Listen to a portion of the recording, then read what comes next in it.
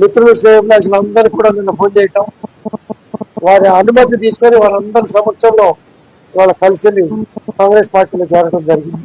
మరి అభివృద్ధి ధ్యేయంగా ముందుకు పోతాం.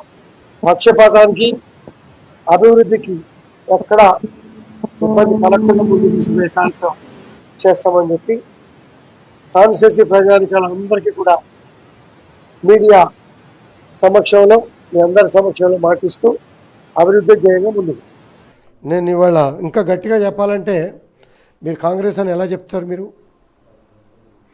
ముఖ్యమంత్రి గారిని కలవటానికి వెళ్ళాం, గౌరవంగా దేవాలయంలో ఏ కండవ వేస్తారో ఆ కండవ వేశారు మాకు ముఖ్యమంత్రి గారు. కాంగ్రెస్ కండవ వేశారా? మా కార్పొరేట్లు కానీ మాకు కానీ మేము కూడా రకరకాలుగా చాలా మాట్లాడగలుగుతాం. ఈ ఇతండ వాదనలతో ప్రజల్ని మభ్యపెట్టే కార్యక్రమం